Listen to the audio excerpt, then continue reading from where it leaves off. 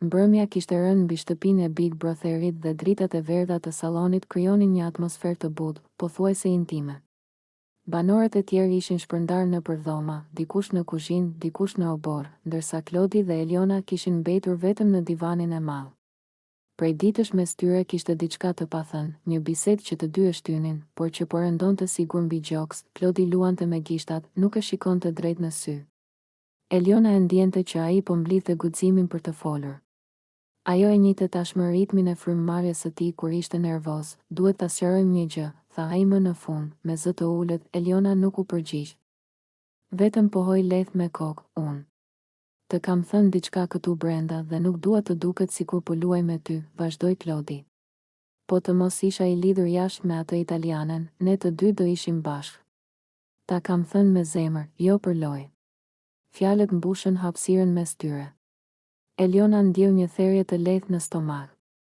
Ajo e kishte pritur këtë bisedë, por kur u bë reale, tingëlloi më e rëndë. Ti më ke dhënë shpresë, Klod, I tha ajo qetë.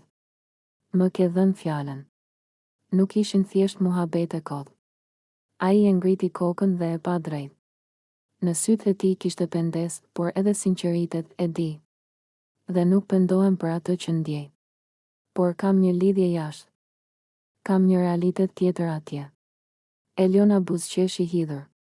Edhe unë kam një realitet. Familjen time që më sheh çdo natë. Më kanë thënë, më mirë të jetë shqiptar, më mirë dikush që e kupton botën tonë. Dhe unë të besova ty, fjala besë qëndroi në ajër si diçka e shenjtë. Klodi u përkul përpara, mbështeti bëryllat mbi gjunjë, nuk kam dashur kur të mashtroj. Nëse do isha single, s'do mendoja dy herë. Do ishim bashkë, këtu dhe jashtë. Eliona ndjeu lotët t'i vinin, por nuk I lejoi të dilnin. Ajo nuk donte të dukej e dobët para kamerave, para ti, para vetes. Problemi është se ti nuk je single, tha me zë më të fortë. Dhe unë nuk dua të jem vajza që pret në hije. Klodi u ngrit dhe filloi të ecte ngadalë para divanit. Duke I humbur mes dy botëve, asaj që ndjente dhe asaj që kishte lënë jashtë, familja ime gjithashtu pret diçka nga unë, tha ai. Ata e njohin atë vajzën. Ka vite që jemi bashkë. Nuk është e lehtë të presësh gjithçka me thikë. Po as me mua nuk është e drejtë, ja ktheu Eliona. Më afrove, më dhe fjalën, më bëre të mendoj për një ne që ndoshta nuk ekziston kurrë. Heshtje, nga kuzhina u dëgjua zhurma e pjatave, por për ta bota ishte të kurrur në atë divan. Eliona filloi të tregoj se si e kishte përjetuar ajo gjithë këtë afrim, shikimet e vogla, xhelozitë e heshtura, mënyrën si ai e kërkonte me sy sa herë hynte në dhomë. Unë nuk jam vajzë që luaj me ndjenja, tha ajo. Kur ta jap besën, e jap me shpirt. Klodi u ul përsëri pranë saj. Edhe unë njësoj jam rritur. Fjala është fjalë. Prandaj po më vret kjo situatë. Ai I tregoi për netët kur rrinte zgjuar duke menduar si do duke jeta jashtë, a do guxonte të niste nga e para, a do kishte kuraj t'i dilte përballë familjes, traditës, zakoneve. Ti më ke trazuar krejt, pranoi ai. Nuk e prisja. Eliona e pa me butësi. Pavarësisht dhimbjes, nuk mund të urrente. Ndjente se mes tyre kishte diçka të vërtetë, jo thjesht histori për kamera. Unë nuk dua të jem arsyeja që shkatëron jetën e dikujt, tha ajo. Por as nuk dua të më shkatërohet e imja duke pritur një mrekulli. Biseda u zgjat me orë.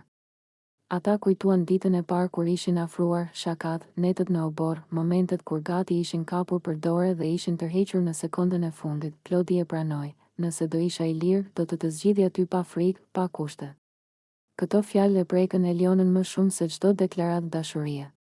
Por njëkohësisht ja bën plagën më të thellë. Faleminderit që ma thua të vërtetën, I tha ajo. Por e vërteta ndonjëherë dhem. Në fund vendosën diçka të heshtë. Shtëpia atë ditë dukej më e ngushtë se zakonisht. Muret e bardha, që dikur dukeshin neutrale, tani krijonin ndjesinë e një labirinti ku çdo hap dëgjohej dy fish. Alba ecte nga salloni në kuzhinë, nga kuzhina në korridor, me një nervozizëm që nuk po e fshite dot më. Prej ditësh ajo ndjente se treshi, lëndrimi, Klodi dhe Eliona, po e largonin me qëllim nga çdo bisedë, nga çdo cep ku ajo përpiqej të afrohej, nuk ishte thjesht ndjesi. Sa herë ajo ulej pranë tyre, biseda pritej. Sa herë hynte në dhomë, dikush gjente arsye të largohej. Ajo filloi t'i ndiqte jo nga dëshira për t'i provokuar, por për të kuptuar çfarë po flisnin që nuk donin ta dëgjonte. Atë pasdite gjithçka shpërtheu. Alba u afrua drejt dhomës së gjumit ku treshi po bisedonte me zë të ulët. Sa po e pan në prag, lëndrimi u ngrit dhe, pa thënë asnjë fjalë, mbylli derën. U dëgjua klik, u i tha i bravës. Alba mbeti e shtangur, hapeni derën, tha ajo nga jashtë, asnjë përgjigje, ajo trokiti sërish, më fort. Nuk keni të drejtë ta mbyllni derën. Kjo është hapësirë e përbashkët. Nga brenda u dëgjua zëri i Elionës, na lë rehat pak, Alba. S'po të bëjmë gjë. Por pikërisht ky ishte problemi, po i bënin diçka që rregulloria e shtëpisë nuk e lejonte, izolimin dhe bllokimin e hapësirave. Alba u kthye në sallon me hap të rënë. Kamera e ndoqi çdo lëvizje të saj. Ajo fliste me vete, por në fakt fliste për publikun, për produksionin, për çdo që po e shite. Kjo është përndjekje ndaj meje, tha me zë të lartë. Më mbyllin dyert, më bllokojnë hapësirat, s'më lën të ulem askund. Hygerta e dëgjoi dhe ju afrua. Çfarë ndodhi? Po ndodhi ajo që po ndodh çdo ditë. Unë afrohem, ata mbyllen. Si të jem armik, jo banore. Tensioni u përhap në gjithë shtëpinë. Klodi doli nga dhoma i acaruar. Mos e dramatizo, Alba. Thjesht po flisnim. Po pse e mbyllët derën atëherë? Ja ktheu ajo menjëherë. Çfarë fshihni? Lëndrimi ndërhyri me një ton më të ashpër, nuk po të përndjek njëri. Ti je ajo që na ndjek hap pas hapi. Fjala përndjek ra si bomë. Alba u prek thellë. Unë jam këtu si ju. Kam të drejtë të jem në çdo dhomë. Debati po merrte për masa që askush nuk i kontrollonte dot më. Banorët e tjerë dolën nga kuzhina, disa për të qetësuar situatën, disa thjesht për të parë spektaklin e radhës, dhe pikërisht në atë moment u dëgjua sinjali i njohur i shtëpisë. Zarfi i zi, salla u mpak. Çdo herë që vinte zarfi i zi, dijej se loja kishte kaluar kufi. Alba ishte e para që foli. Ja pra. Këtë po ju thosha. Vëllai i madh, me zërin e ftohtë dhe zyrtar, nisi të lexonte rregullin, bllokimi i dyerve dhe i hapësirave të përbashkëta është i ndaluar. Çdo veprim që izolon një banor ose e pengon të lëviz lirshëm në shtëpi konsiderohet shkelje e rëndë e rregullores. Heshtje e plot, Eliona uli kokën. Klodi kafshoi buzën. Lëndrimi u përpoq të duke i qetë, por sytë e tradhtonin. Zarfi vazhdoi, çdo përsëritje e këtij veprimi do të sjellë penalizime individuale dhe kolektive. Alba ndjeu një lloj triumfi të hidhur. Nuk donte dënim për askën, por donte drejtësi. Donte të mos trajtohej si hije brenda një shtëpie ku supozohej të gjithë ishin të barabartë. Unë vetëm këtë kërkova, tha ajo më qetë. Të mos më mbyllni dyert në fytyrë. Hygerta i vuri dorën në shpatull. Treshi u ul në divan pa folur. Për herë të parë u duk qartë se loja e tyre e distancimit kishte kaluar kufirin. Mbrëmja vazhdoi me një atmosferë të rëndë. Alba u ul vetëm në obor dhe filloi të reflektonte, apo i ndiqte vërtet ajo, apo thjesht po kërkonte vendin e saj. Ku mbaron loja dhe ku fillon përjashtimi, nga brenda dëgjoheshin zërat e lëndrimit dhe Klodit që përpiqeshin të justifikoheshin. Eliona, më e heshtur, duke i penduar.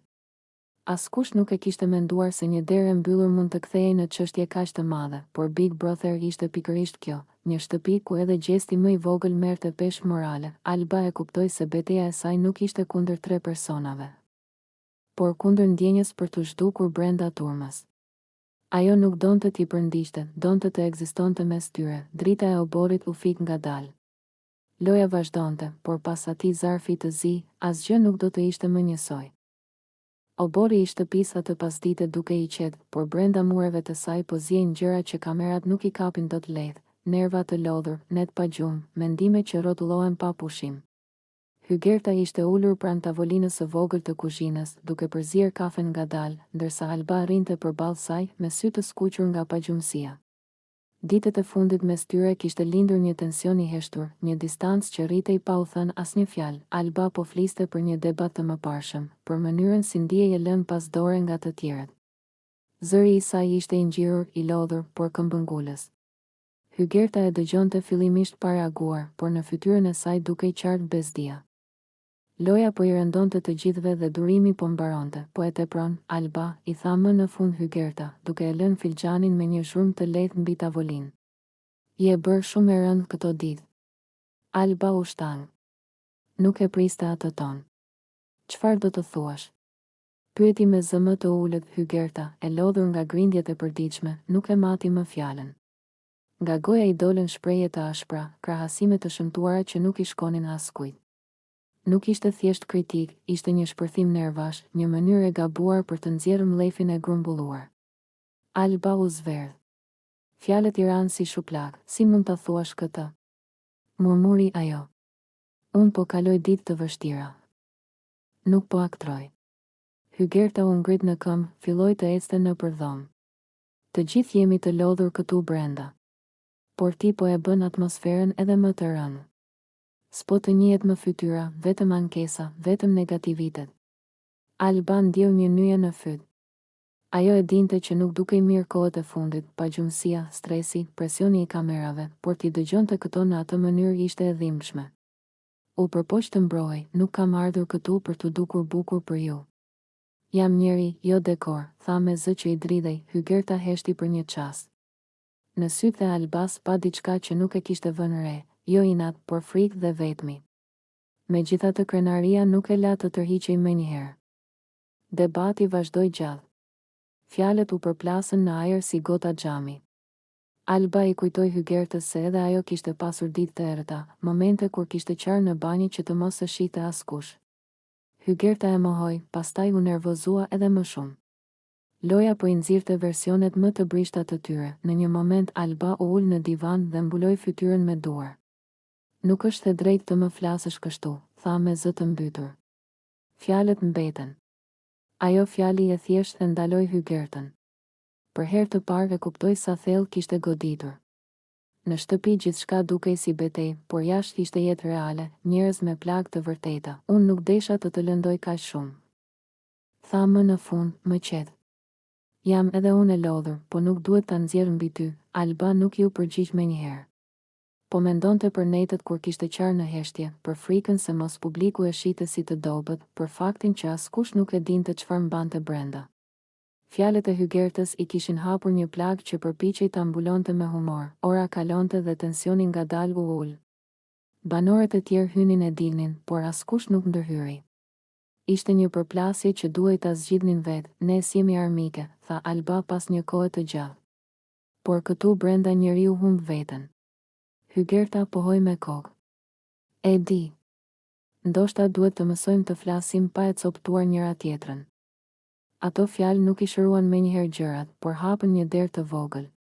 Konflikti mes tyre mbeti, por nuk ishte më urrëtie, ishte përballje mes dy njerëzve të lodhur nga e njëjta lojë. Mbrëmja ra mbi shtëpi. Alba doli në obor, mori frym thellë dhe u përpoq të mos e lejonte atë ditë ta përcaktonte. Hygerta e pa nga larg dhe ndjeu peshën e asaj që kishte thënë. Në Big Brother gjithçka dukej spektakël, por dhimbja ishte e vërtetë.